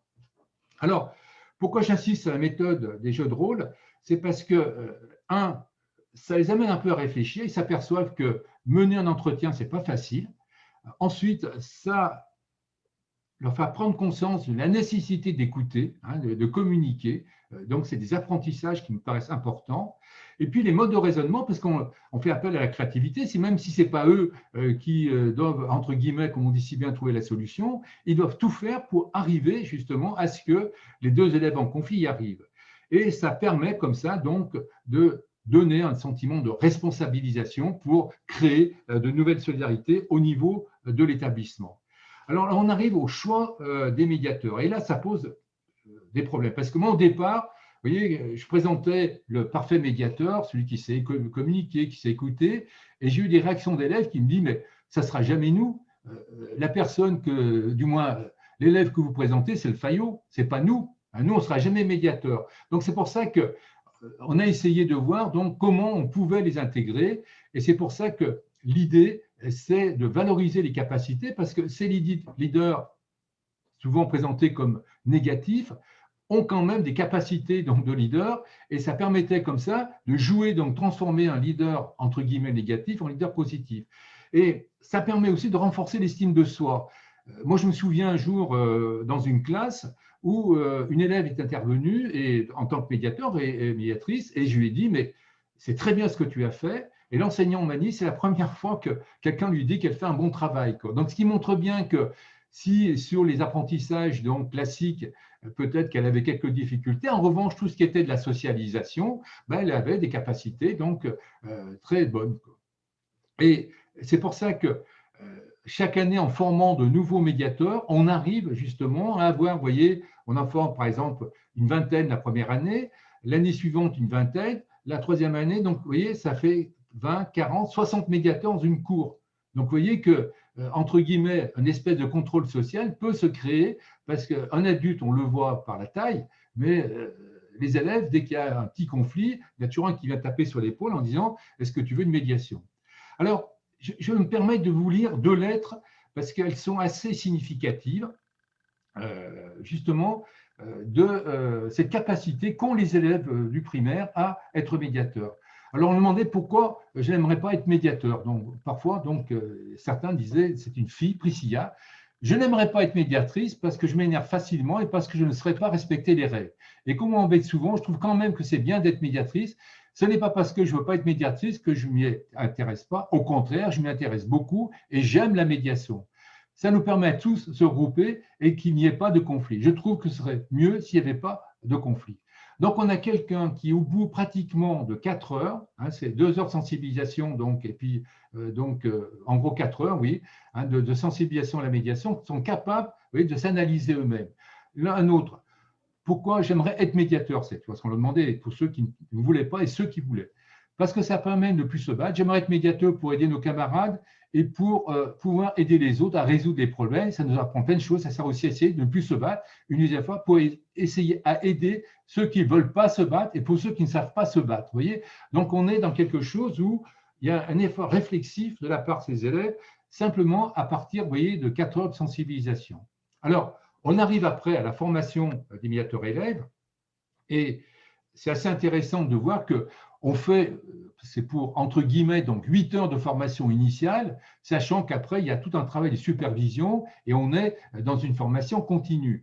Et je crois que ces exercices aussi sont bien sûr donc menés par les adultes, donc les formateurs, soit de l'établissement ou de l'association, quand c'est Amélie par exemple, et il y a tout un travail qui est fait sur la gestion des entretiens, mais aussi sur la déontologie du médiateur, etc.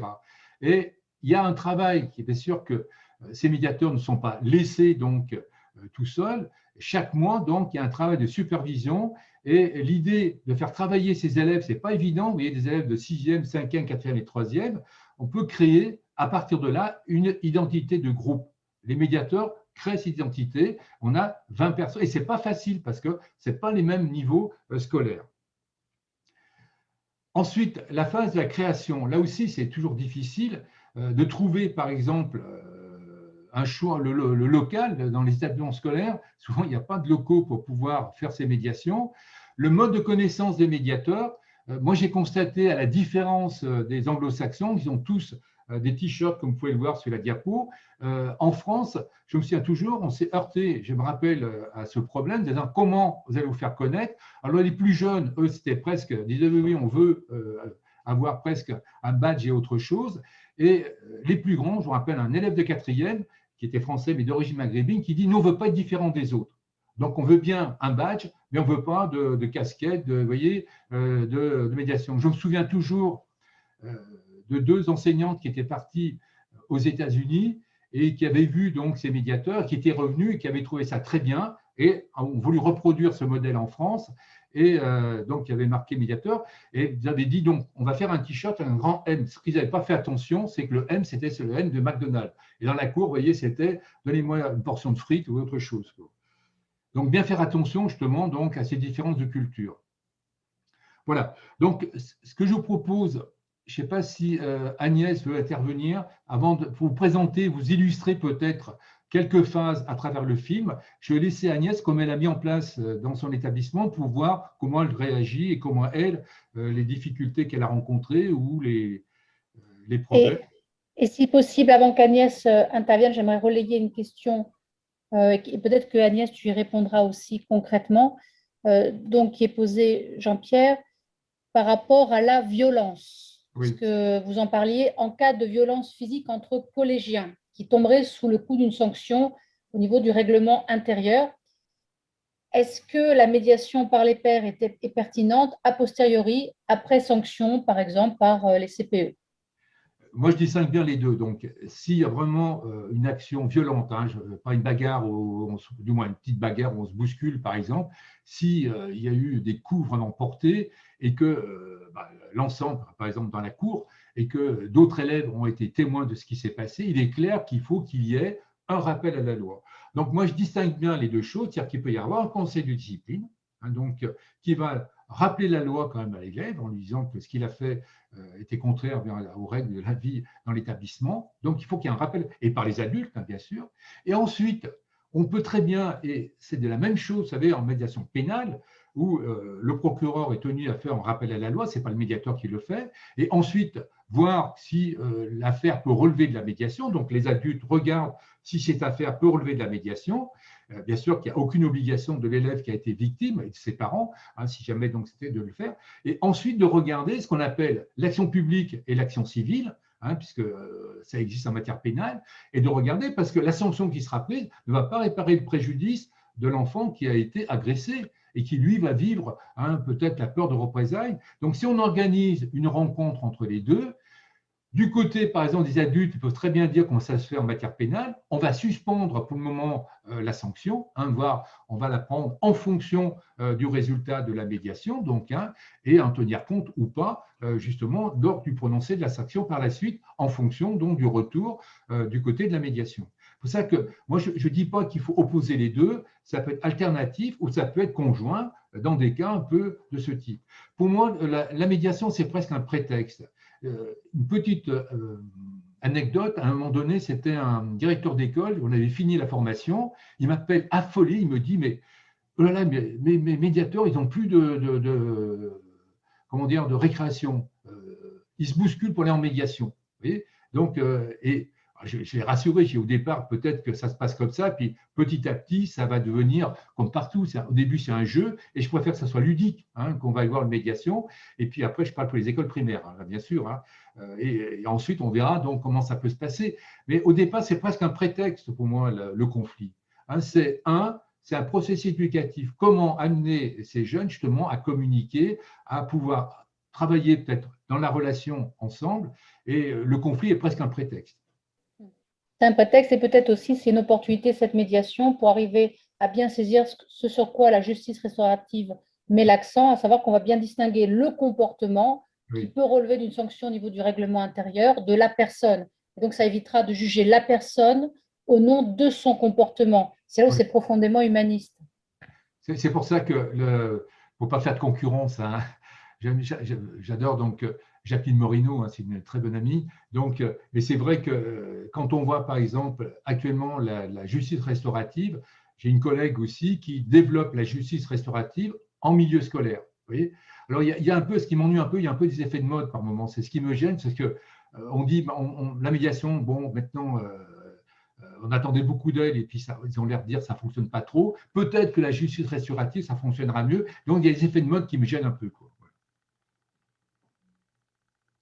Agnès ? Oui, alors juste par rapport à cette question de la sanction, en fait, elle est indispensable et moi je souscris à tout ce qu'a dit M. Bonafé-Schmitt.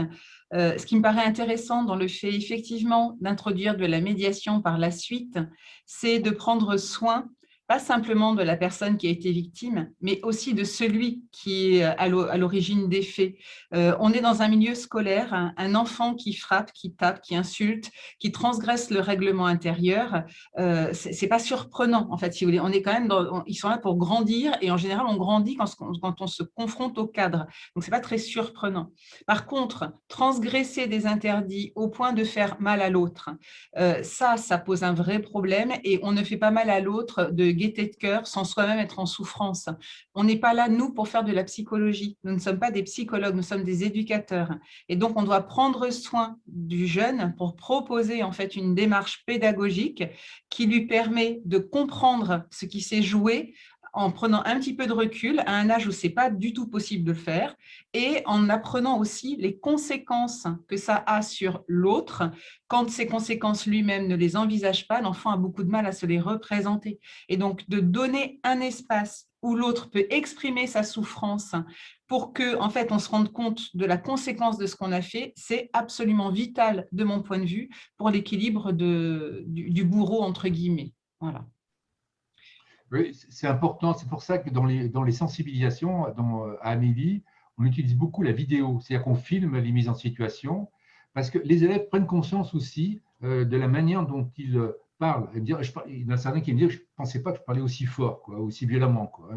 Et il y a, ce travail sur soi peut se faire à ce moment-là.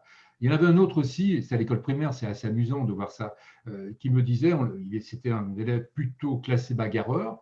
Puis je lui dis, mais attends, c'est pas possible, tu vas pas me faire croire que tu n'as pas eu de bagarre depuis que tu es médiateur. Et il me dit, non, non, non, je ne me suis pas battu. Il me dit, non, non, dès qu'on m'embête, je demande à un copain d'aller taper sur lui. Donc je dis, non, non, non. Je dis, non, tu n'as pas compris. Je dis, mais toi aussi, tu peux faire de la médiation. Si jamais on t'embête, tu peux demander aussi une médiation. Il dit, ah, moi aussi, j'ai le droit. Je dis, oui, oui. Donc, c'est pour ça que c'est assez amusant de voir un peu comment ça se déroule un peu dans les écoles, parce qu'il y a tout un travail. Et à l'école primaire, ils sont désinhibés. Et c'est vrai que si on veut créer une culture de la médiation, ben, il faut la faire à l'école. Et je crois que commencer à l'école primaire, c'est une bonne chose, quoi. Je souscris totalement. Alors après, merci de l'invitation, hein, Jean-Pierre, à ce que je présente le projet que j'ai conduit à Fénelon. Mais il me semble que pour la lisibilité en fait de ton exposé, il vaudrait mieux en fait que tu montes tout de suite la médiation entre pairs qui interviendra en fait dans un petit peu de temps dans mon établissement. Moi, je vais venir détricoter en fait le processus qui m'a permis d'introduire la médiation en fait. Voilà. Moi, je veux bien du coup rapidement vous dire pourquoi est-ce que je redonne la parole à M. Bonafé-Schmidt, parce qu'en fait, dans l'établissement, moi, je suis arrivée dans un établissement, je suis vraiment au nord de la France, je suis à Dunkerque, dans un établissement en fait où il y avait des conflits entre élèves, mais pas plus qu'ailleurs, ce qui m'a fait me questionner vraiment sur les outils à mettre en place pour rétablir de la communication. En fait, c'était une ambiance dans l'établissement qui était de surface, tout allait très bien. En réalité, des fortes tensions que je sentais. Et rapidement, en recrutant un personnel m'a dit, mais en fait, on sent qu'il y a véritablement de la maltraitance en fait, dans l'établissement. Les gens ont vécu de la maltraitance. Et donc, peu après, 2 ans après ma venue, j'ai eu quelqu'un qui m'a parlé en fait de harcèlement entre adultes. Et donc, je suis rentrée dans une procédure classique de audit, enfin voilà, ce qu'on est tenu de faire en fait pour pouvoir régler ce type de conflit. Et le conflit s'est résolu par une rupture conventionnelle d'une des 2 personnes et par la sanction que moi j'ai posée à l'égard de la 2e personne. Et en fait, je me suis retrouvée donc dans la posture du sauveur, du bourreau, et le conflit apparent était résolu, mais ça n'était absolument pas satisfaisant de mon point de vue, puisque ça n'avait pas résolu le cœur de la relation et c'était asséchant. Et en fait, c'est suite à ça que vraiment, je me suis interrogée. Alors moi, en tant que pédagogue, j'ai vraiment travaillé sur le projet d'établissement, sur les projets éducatifs, et j'ai engagé mon équipe à se dire ce qui était beau et ce qui était bon. Mais c'est vraiment à partir d'un conflit entre adultes que moi, je suis partie. Voilà. Et la médiation, de mon point de vue, moi, je trouve très bien si on peut faire de la sensibilisation à l'échelle d'une académie. Quant à former, à mettre en place un diplôme de médiateur scolaire, bien sûr que ce serait formidable. mais de mon point de vue, il est extrêmement important que ça s'incarne par rapport à une réalité d'établissement. Pour moi, c'est fondamental et c'est la clé de la réussite. Donc, former des médiateurs scolaires qui interviendraient dans des établissements, de mon point de vue, ça peut être très bien pour des situations d'urgence, mais ça ne sera jamais aussi fécond que si les gens à l'intérieur se forment à ce diplôme et qu'ils restent vraiment dans une dynamique d'équipe. Voilà. Oui, pour être consensuel, je dirais que, un peu comme dans l'entreprise, quand il y a des conflits, il peut y avoir des médiateurs internes et des médiateurs externes. Oui. Le choix peut être fait à ce moment-là par l'adulte ou l'élève pour le choix. Je vous propose de regarder donc le petit fiche, j'espère que ça va marcher. Voilà, donc.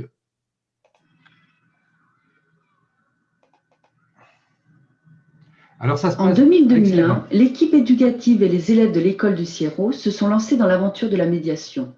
C'était l'aboutissement d'une réflexion commune, enseignants et élèves, pour améliorer le climat de l'école et apporter une aide aux élèves en difficulté comportementale. Débute alors un processus éducatif valorisant et formateur pour tous les acteurs de l'école. Aïe, il m'a fait mal avec le ballon. C'est bien fait pour toi. Je veux faire une médiation. Ce jour-là, Laura et Donovan sont médiateurs de service. Ils ont été appelés pour prendre en charge la médiation. On sera là et on va essayer de t'aider pour essayer d'arranger ton problème, justement. Cela fait maintenant 5 ans que la médiation est pratiquée à l'école et nous entrons dans la 6e année. Après une année de recherche et de tâtonnement, nous avons contacté l'association Amélie et mis en œuvre une formation pour tous les membres de l'équipe éducative, tous très motivés. Puis le projet s'est mis en place progressivement avec la sensibilisation des élèves et la formation des premiers médiateurs, et depuis un suivi régulier. Vous avez travaillé avec Madame Carrel, vous avez parlé avec elle de ce que c'était qu'un conflit, de ce que c'était que les petites histoires que vous pouviez avoir entre vous, les disputes, les insultes. Vous avez vu ce que c'était. Vous avez parlé aussi de la médiation, du rôle des médiateurs. D'accord ? Alors aujourd'hui, vous êtes là pour faire votre lettre de motivation. Ceux qui veulent être médiateurs, ceux qui ont envie d'avoir la formation pour être médiateur, eh bien vous allez écrire votre lettre et puis vous allez expliquer pourquoi vous voulez être médiateur. Et puis ceux qui n'ont pas envie d'être médiateurs, parce qu'il y en a peut-être parmi vous qui n'ont pas envie d'être médiateurs, vous allez quand même écrire votre lettre et vous expliquerez pourquoi vous n'avez pas envie de le faire. Vous avez parlé des qualités du médiateur, vous avez un petit peu parlé de ce que c'était que la médiation. Alors, qu'est-ce que vous vous rappelez? Quelles sont les qualités du médiateur? Qu'est-ce qu'il faut qu'il sache faire, le médiateur? Ni pour l'autre. Je vais vous donner vos feuilles sur lesquelles vous allez écrire vos lettres. Voilà, vous allez vous appliquer. Après une sensibilisation de tous les élèves en classe sur la notion de conflit et leur gestion, certains d'entre eux se portent volontaires au travers d'une lettre de motivation. Nous sommes réunis pour choisir les médiateurs. Sur le groupe de CE2, c'est un petit groupe, il y avait 15 élèves qui ont fait la sensibilisation avec Madame Carrel. On a 13 candidatures, 13 élèves qui souhaitent être médiateurs. Sur les 13, il y a 7 filles et 6 garçons. Ce que je vous propose, c'est d'en choisir 9, 10, qu'on avait dit qu'on en choisissait une dizaine, donc pas aller au-delà. La première lettre, c'est Serena. Alors, elle se présente. Bonjour, je m'appelle Serena. Je veux être médiatrice parce que quand tu es médiateur, c'est pas écrit tout à fait comme ça, tu peux résoudre des problèmes. Par exemple, quelqu'un se bat, ce n'est pas les médiateurs qui vont résoudre les problèmes, c'est eux. Et si après ils demandent une médiation, ils pourront se réconcilier.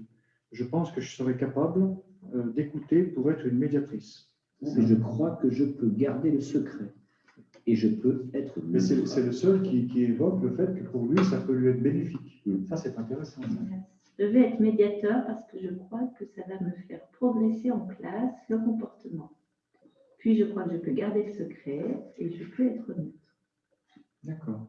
Alors William, c'est le premier qui parle d'amélioration du comportement à son niveau. C'est intéressant ça. Le groupe d'élèves choisi par... Excusez-moi, je vais vous montrer maintenant la formation. Histoire d'élèves impartial. Il y a avec l'un, il y a avec l'autre. Dans ce livret, qui est sérieux, il y a vos copains les ânes. Vos copains les ânes, parce que depuis le début, on en parle par rapport à la médiation. Et peut-être que quelqu'un a envie de me dire qu'est-ce qui vous plaît dans cette histoire des ânes? Qu'est-ce que vous y voyez d'important? Ils se posent une question et après, ils ont dit dans combien de cordes on va manger de un côté et l'autre. Après, quand ils ont fini l'autre, ils vont manger de l'autre côté. Il demande quelque chose, tu crois qu'il n'y a pas besoin. Bon, vous disputez. Alors, vous disputez, vous êtes des nœuds. Hein, et puis alors, ça commence, ça empire. Oh là là là là, il y a encore plus de nœuds. Il y a encore plus de nœuds. Et puis, même carrément, alors là, même carrément, vous vous battez dans la cour. Il y a des nœuds partout. Mais vous êtes quand même pour pas. Donc, ça vous ennuie, ça vous empêche de jouer. Alors, quelqu'un dit, ben, allez, on va faire une médiation pour que vous redeveniez amis et qu'il n'y ait plus de nœuds. Alors, on appelle Audrey, la médiatrice. Allez, essayez de défaire les nœuds. Ah, qu'est-ce qui se passe? Elle n'arrive pas ce que Ah bah, est-ce qu'elle arrive? Est-ce qu'elle peut défaire vos nœuds? Non, c'est une. Alors, qu'est-ce qu'il faut faire pour que les nœuds se défassent? Il faut que toi, tu lâches un peu. Toi, tu lâches un petit peu. Et puis, c'est vous qui vous faites les nœuds. Elle, qu'est-ce qu'elle a fait? Elle vous a aidé à lâcher. Et bien savoir.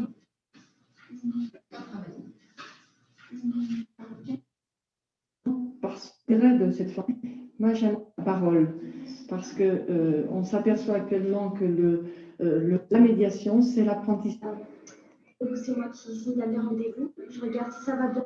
Bonjour. Sur le rapport à la parole, parce que on s'aperçoit actuellement que le mode de communication qui monte avec la violence, c'est l'insulte, la bagarre. Et la médiation, c'est l'apprentissage d'une parole. Bonjour, je m'appelle Botaina, je suis coordinatrice et médiatrice.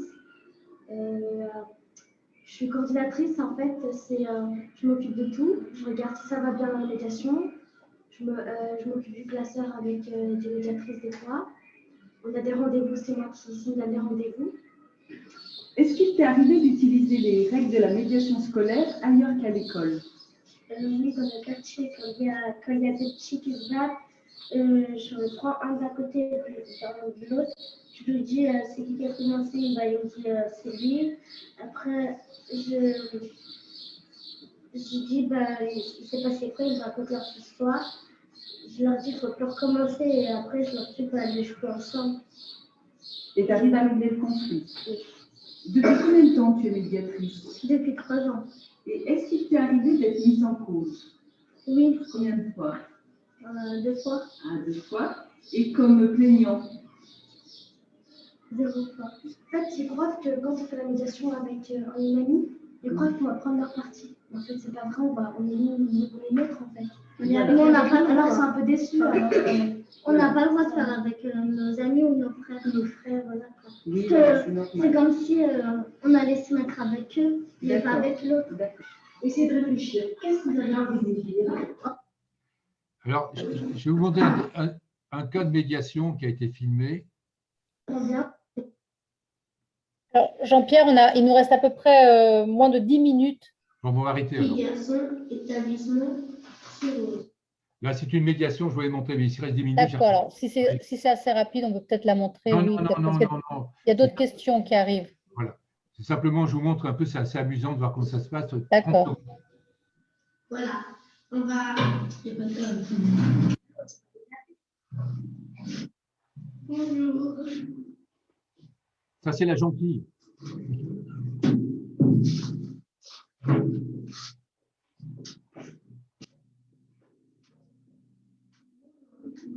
Moi, je m'appelle Laura, je suis médiatrice. Moi, en médiation, la médiation, en fait, ça sert à régler les problèmes. Donc, en fait, on sera là et on va essayer de t'aider pour essayer d'arranger ton problème, justement. Et nous, en médiation, on n'est ni juge, ni avocat, ni policier. Ça veut dire qu'on ne sera pas là pour te punir, pour te juger. Toi, t'es en médiation, tu as le droit de parler. Ton niveau de classe, c'est comment tu... Voilà, donc je vais arrêter, c'est simplement pour vous montrer deux, trois images. Voilà.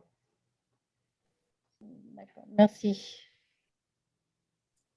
Agnès, il y avait des questions qui se posent, Oui.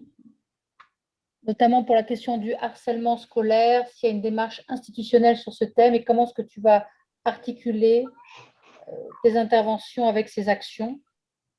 Alors, en fait, le harcèlement scolaire, c'est un point qui est tellement sensible que je pense qu'il peut y avoir des dispositifs, hein, il y a plein de projets, il y a des concours qui se font. Donc, nous, on fait travailler nos jeunes comme ça. On a un projet sur le niveau 4e où on fait travailler particulièrement les jeunes là-dessus. En fait, les outils, ça n'est pas vraiment la difficulté. Par contre, la difficulté à laquelle nous sommes confrontés en plus ou à côté de ces phénomènes vraiment de harcèlement scolaire, c'est par le fait que c'est tellement aujourd'hui passé dans la culture que pour beaucoup d'élèves, le fait d'être moqué, le fait c'est du harcèlement. Donc, moi, ma première réponse, c'est vraiment d'avoir une vraie écoute et de prendre très au sérieux la parole de l'enfant parce qu'on ne peut pas minimiser, on ne peut pas passer à côté d'un vrai cas de harcèlement. Donc, on le prend extrêmement au sérieux. Mais il faut aussi pouvoir apaiser le climat scolaire en remettant de la nuance dans ce que vivent nos enfants et nos jeunes dans les établissements scolaires. Des situations, je l'ai dit tout à l'heure, des situations de conflit, ça n'est pas quelque chose d'anormal, c'est même pour moi un ferment qui est un terreau qui est complètement normal dans la société, dans l'établissement scolaire, qui en est le reflet. Le fait de se dire qu'on apprend à vivre le conflit pour le gérer et pour pouvoir simplement ne pas se sentir tout le temps agressé en tant que personne ou en situation d'insécurité, c'est fondamental. Donc pour moi, il y a la façon dont on accompagne le harcèlement, on fait de la prévention, et il y a des choses qui sont très bien faites. Le fait de rentrer dans l'application du règlement intérieur, de passer le relais aux institutions sociales quand il y a un vrai cas de harcèlement, bien sûr. Moi, je fais effectivement des signalements, évidemment. Mais après, au quotidien, comment est-ce qu'on apprend aux jeunes la nuance, la prise en compte de ce que disait tout à l'heure Jean-Pierre. Les élèves parfois, pas parfois, régulièrement se parlent mal, sont sexistes dans la cour de récréation, sont vraiment un miroir d'une société qu'on ne souhaite pas, en fait, que nous n'avons pas choisi. Et on prend, en tant qu'adulte, un gros coup de vieux parce que pour eux, en fait, c'est pas grave. Voilà. Mais c'est pas grave, mais on se parle comme ça, en fait, aujourd'hui. Donc, apprendre à redonner du sens aux mots, apprendre ce que c'est que le tact dans la parole, le respect de l'autre dans la manière de lui parler et apprendre la nuance dans ce que l'on vit et dans ce que l'on dit, et c'est extrêmement important. Donc pour moi, il faut beaucoup désamorcer les choses. Il faut, voilà. Ce que tu dis, moi, ça me fait penser à la mise en place d'une culture de la communication non violente. Je ne m'affirme je ne m'affirme bien qu'à condition que je sois à l'écoute de l'autre, et je m'affirme d'autant mieux que je suis à l'écoute de l'autre. Il n'y a pas de choix binaire à faire entre les deux. Absolument. Voilà. Et pour ça, je vais être un peu insistante, mais en fait, je pense, en tout cas, pour moi, il est extrêmement important de former les adultes. Voilà, de sensibiliser les adultes. J'entendais, est-ce qu'on peut proposer à tous? Est-ce qu'on peut sensibiliser? Bien sûr, il faut sensibiliser les adultes à la médiation et à la médiation humaniste. C'est ce qu'on a fait en fait dans l'établissement. Donc en fait, ce que vous a montré Jean-Pierre Bonafé-Schmitt, c'est l'action que moi je voudrais conduire dans quelques années auprès des jeunes, alors que nous avons formé dans l'établissement 2 jours avec le CEMA l'ensemble des professeurs principaux. C'est une sensibilisation, c'est une ouverture à la médiation humaniste qui leur a été proposée, qui leur a été offerte. Sur les temps de cours, vous demandiez comment ça se met en place. C'est vrai que moi, j'ai pris la grande liberté en fait, de réorganiser les emplois du temps pour dégager mes 16 enseignants, j'ai 16 classes dans l'établissement, pour qu'ils soient formés pendant 2 jours. Et à la fin, on leur a laissé complètement la liberté de s'exprimer. Sur les 16, j'en ai 2 qui ont dit c'est de la manipulation. Voilà, parce qu'on voit bien que ça peut venir vraiment travailler en profondeur des choses et qu'ils peuvent ne pas rentrer du tout dans le process. Et puis après, en fait, moi, ce que je leur ai proposé, c'est qu'on se retrouve, que l'on déploie en cas de situation de difficulté. Comme c'était un petit peu frais, je n'ai pas eu de demande immédiate. En revanche, moi, j'ai pu observer dans l'établissement une situation de conflit très forte entre un de mes professeurs principaux qui n'avait pas pu faire la formation parce qu'elle avait peur d'avoir elle avait eu le Covid d'ailleurs, elle était partie, hein, elle est restée une matinée, et puis la classe dont elle est professeure principale. Et en fait, moi, elle est venue me voir dans mon bureau en me disant, moi, j'arrête d'être prof principale dans cette classe, ils font trop de bêtises, ils sont ingérables, je n'arrive plus, qui d'un vol de portable, qui une inspection avec les élèves qui font n'importe quoi, qui à la porte de la classe, à la sonnerie, on fait le guet pendant que les autres font les zouzous sur les tables, sautent. On est dans un établissement tranquille, hein, mais là, voilà, on avait une conjonction en fait de jeunes qui était très, très, très remuant et ça faisait marrer tout le monde. Et donc, j'avais une situation de conflit. Et donc, on a monté en fait un dispositif, enfin, j'ai monté un dispositif que j'ai proposé aux enseignants extérieurs à la classe en disant, voilà, je vous écris parce qu'on ne peut plus faire comme ça, on ne peut pas, Gwendoline va arrêter et on ne peut pas la laisser arrêter, ce n'est pas possible comme ça, on ne peut pas rester là-dessus.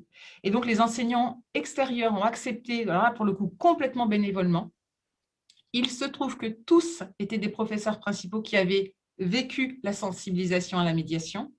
Et quand j'ai proposé le dispositif qui consistait en fait à faire jouer, hein, comme le disait Jean-Pierre, c'est vrai que pour rejoindre les jeunes, c'est bien de passer par le jeu de rôle. Donc en fait, on a simplement fait la liste ensemble avec les élèves de tout ce qui s'était passé dans la classe. Et après, on est parti avec un adulte référent, un petit groupe d'élèves, et on leur a proposé d'écrire des scénettes pour jouer en fait ce qui s'était passé, réagir après et enclencher le dialogue. Quand j'ai présenté le process aux enseignants, alors voilà, ils ont dit, alors donc, oui, on va écouter ce qui s'est passé, on le reformule objectivement, donc on ne les juge pas. Et quand ils vont parler, en fait, on laisse parler les émotions. Et donc là, ils ont commencé à se regarder, puis en fait, c'est ce qu'on a vu en médiation humaniste la dernière fois. Je dis, bah oui, voilà. Et en fait, c'est venu complètement, ça a émergé et ça a éclos comme ça. Donc, on a rencontré les jeunes à plusieurs reprises, on a fait ces petits jeux de rôle, on leur a permis de réagir, et en fait, il y a eu des prises de parole qui étaient très belles et très fortes. Alors, dans le cadre du groupe classe, c'est compliqué, et je rejoins Jean-Pierre, à l'époque de l'adolescence, là, ce sont des élèves de 5e, voilà, c'est très compliqué le regard du groupe, et on a quand même voilà, une grande difficulté, une grande pudeur, une grande difficulté à dire un jeu et à parler de ses émotions. Le fait de passer par le truchement du théâtre et de l'improvisation, en fait, on a tous rigolé. Et puis, attendez, hein, les profs et le chef d'établissement, moi, je me suis monter sur une table pour sauter de table en table pour jouer l'élève qui faisait n'importe quoi, puisque c'était le truc. Hein. Et en fait, on a ri. Et en fait, le rire nous a déjà, dans un premier temps, fait passer un bon moment et on s'est retrouvés à rire. Voilà. Et ensuite, donc, les élèves ont pris conscience de ce qui s'était passé parce que ceux qui n'avaient pas osé parler se sont retrouvés en fait un peu parfois dépassés par leurs émotions, se sont sentis épaulés par leur père et ont pu exprimer leur souffrance. Et là, donc, on a pu véritablement travailler sur le climat scolaire. Voilà. Donc, ça a été une conséquence. Je n'aurais jamais pu faire ça si jamais nous n'avions pas sensibilisé les enseignants à la médiation. Parce qu'ils n'auraient pas compris, ils n'auraient pas osé. Vous voyez, là, ils ont osé, ils l'ont fait. Ce que j'entends, c'est qu'il y a la mise en place en fait d'une conscience commune grâce à l'action que tu as pu mener en t'inspirant de la sensibilisation à la médiation.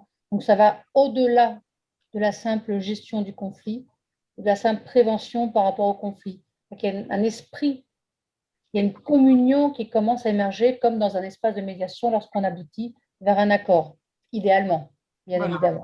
Donc après, comme moi, je suis en cours de formation et que je ne suis pas encore compétente pour faire de véritables médiations, on n'est pas encore tout à fait là, on a, à l'issue de ça, retravailler sur le plan de classe, le type de sortie, les responsabilités qu'on donne aux uns et aux autres. Enfin, on a utilisé tout le panel des dispositifs pédagogiques que nous connaissons et que nous maîtrisons parfaitement pour pouvoir donner aux jeunes une place qui était plus respectueuse de l'ensemble scolaire, du lieu où ils étaient. Et puis, ceux qui vraiment n'ont pas manifesté de prise de conscience, là, on a contacté les familles et on s'est retrouvés en leur disant, vous savez, là, on est un peu inquiet parce qu'il y a des choses fortes qui ont été exprimées et votre enfant, en fait, reste extérieur à tout ça, dit que ça ne le touche pas, qu'il ne comprend pas. Peut-être que là, quand même, il faut s'interroger. Mais là, vraiment, nous, on est en partenariat éducatif quand même avec nos familles. Peut-être un dernier mot sur cette expérimentation. Ce que moi, j'ai trouvé très beau, c'est que les jeunes ont pris conscience seuls qu'ils avaient face à… en fait, quand on est rentré dans la salle de classe avec mon équipe de professeurs, c'était sur une heure de vie de classe, en fait, de professeur principal, et ils attendaient leur professeur principal. Et à la place, ils ont vu rentrer 5 profs qu'ils n'avaient pas en classe et leur chef d'établissement. Ils ont été cueillis, hein. Ils étaient saisis, ils étaient un peu tous tétanisés. Mais qu'est-ce qui se passe? Qu'est-ce qui se passe? Et on leur a dit, alors qu'est-ce qui se passe en fait sur pourquoi le professeur principal n'est pas là? Et en fait, ils ont exprimé. Et après, ils nous ont dit, mais en fait, il y a un professeur qui ne va pas bien, il y en a 5 qui se mobilisent. Ah ouais? Je dis, ouais, il y en a 5 qui se mobilisent autour du professeur principal qui ne va pas bien et qui va l'aider. Et alors, du coup, à votre avis, on se mobilise au nom de quoi? En fait, on se mobilise pour quoi? Parce que vous êtes une équipe. Ah oui? Il y a combien de profs dans l'établissement? Il y en a 30. Et vous êtes combien en classe? On est 30. Donc, quand il y en a un qui ne va pas bien, est-ce que vraiment vous êtes impuissant? Non, il suffit qu'on se mette à plusieurs et on peut agir pour la classe. Et ça, c'était magnifique. Et ça, c'est les élèves. Hein. C'est eux tout seuls qui ont compris. Alors, on va devoir conclure parce qu'il est 20h et Jacqueline Moreno également aurait voulu intervenir et là, il est un petit peu tard. Je suis en train de me dire que peut-être on devrait faire un second webinaire sur ce thème parce que j'imagine, Jean-Pierre, que vous n'avez pas dit tout ce que vous aviez à dire. Oui. Donc, je vous laisse, avant de conclure, je vous laisse le dernier mot et peut-être qu'on verra comment réorganiser les choses pour que Jacqueline Moreno, qui nous a contactés, qui est présidente d'honneur du CEMA et qui voulait intervenir, puisse avoir le temps aussi d'intervenir puisque, comme vous savez tous les deux, et ça a été dit, elle a mis en place la médiation scolaire aussi à son niveau, du point de vue humaniste. Donc, Jean-Pierre, on vous écoute. Je rebondirai là-dessus parce que Jacqueline Moreno s'est intéressée à toutes les formes de médiation et c'est ça aussi sa force. Et c'est pour ça qu'il a pu la théoriser autour de la médiation humaniste. Et c'est vrai que moi, j'aurais envie de terminer un peu là-dessus parce que je disais tout à l'heure que la médiation est une contre-culture dans nos sociétés d'adultes. Et avec l'école, on va pouvoir peut-être créer une culture de la médiation. Et c'est pour ça que moi, j'encourage, et dernièrement, on a fait un colloque il y a 1 an ou 2 déjà, sur cette question au niveau européen. Et je crois qu'il conviendrait, parce que, comme on le voit, ces phénomènes de violence, que l'école devienne vraiment un lieu d'apprentissage de la citoyenneté et du bien vivre ensemble, et de faire le lien entre l'école et hors l'école, parce qu'actuellement, ce que j'ai peur dans les diplômes, quand ils sont trop spécialisés, c'est qu'on s'enferme aussi dans un domaine. Et je trouve que l'école, les habitants, c'est les élèves, mais aussi les parents d'élèves, et former comme ils le font à Rumilly, par exemple, donc à la fois les parents d'élèves et les élèves, et dans la même famille, il y avait un élève qui était médiateur scolaire et le père qui était médiateur dans la commune. Donc l'idée, ce serait à partir de là de créer, c'est vrai que c'est un vœu pieux, mais un réseau des villes médiation citoyenne, parce qu'on parle beaucoup des élections actuellement politiques, et l'idée de pouvoir que chaque maire ou chaque président de région prenne l'engagement à un moment donné au niveau des lycées et des départements aussi pour de prendre cet engagement de dire essayons de développer le bien vivre ensemble à travers la médiation citoyenne et de créer ces réseaux de villes médiation citoyenne qui permettraient justement de sortir un peu de ces phénomènes de violence tels qu'on les connaît actuellement. Je t'amènerai là-dessus simplement de manière positive. Je vous remercie pour cette conclusion parce que j'avais parlé de ce webinaire avec Jacques Fagé, que vous connaissez bien évidemment tous, et plus particulièrement Jean-Pierre qui m'avait parlé de vous, notamment dans une soutenance sur la médiation scolaire. Et lui m'avait parlé de médiation citoyenne. Et je me dis qu'un prochain webinaire, parce qu'on n'était pas encore tout à fait sûr du prochain thème, pourrait être médiation scolaire, médiation citoyenne. Et ça permettrait peut-être de répondre au vœu de Bachelard, qui était de mettre la société au service de l'école et au service de tous, afin de former des citoyens éclairés et des citoyens conscients. Quand je dis citoyens conscients, c'est toujours dans cette idée d'une conscience partagée, d'une conscience commune, ce qui est quand même l'objet premier de toute communication lorsqu'on veut essayer de nourrir une relation de confiance avec un autre, qui est un alter ego, et donc créer ces fameux ponts d'altérité. Merci beaucoup à vous deux. Merci Jean-Pierre, merci Agnès pour ce webinaire qui était passionnant sur la médiation scolaire. On a vu à quel point ça s'apparente véritablement à un processus éducatif. Merci à tous ceux qui ont également participé à travers le chat et les questions-réponses. Donc, je ne peux pas vraiment vous annoncer le prochain webinaire parce qu'on hésite encore entre peut-être la paix dans le monde avec le Cheikh Bentounès, qui a initié avec l'ONU la Journée internationale de la paix dans le monde, ou peut-être la médiation scolaire, médiation citoyenne. Et ça donnerait aussi la possibilité, avec vous deux et Jacques Faget, Jacqueline Morino, de créer quelque chose d'un petit peu plus ouvert et de reprendre un peu ce qui a été vu aujourd'hui. Et on n'a manifestement pas eu le temps d'aller jusqu'au bout de tout ce que vous souhaitiez dire. Donc, merci à vous deux, merci à tous les participants de l'Europe et on pourrait dire du monde entier, puisqu'il y a l'Afrique, également les États-Unis, la Réunion, le Liban. Bon, je ne peux pas citer tout le monde. Je vous souhaite aussi une excellente soirée à tous. Et donc, prochain webinaire, a priori, le 3 juillet. Mais pour une fois, rien n'est sûr. Et donc, on va en discuter pour voir ce qui serait possible. Alors, ça reportera à septembre. Ce sera à voir, mais vous serez tous très rapidement informés. Merci Jean-Pierre, merci Agnès. Et à très bientôt. Et si on ne se voit pas d'ici l'été, eh bien, très bonnes vacances à tous. Au revoir et merci.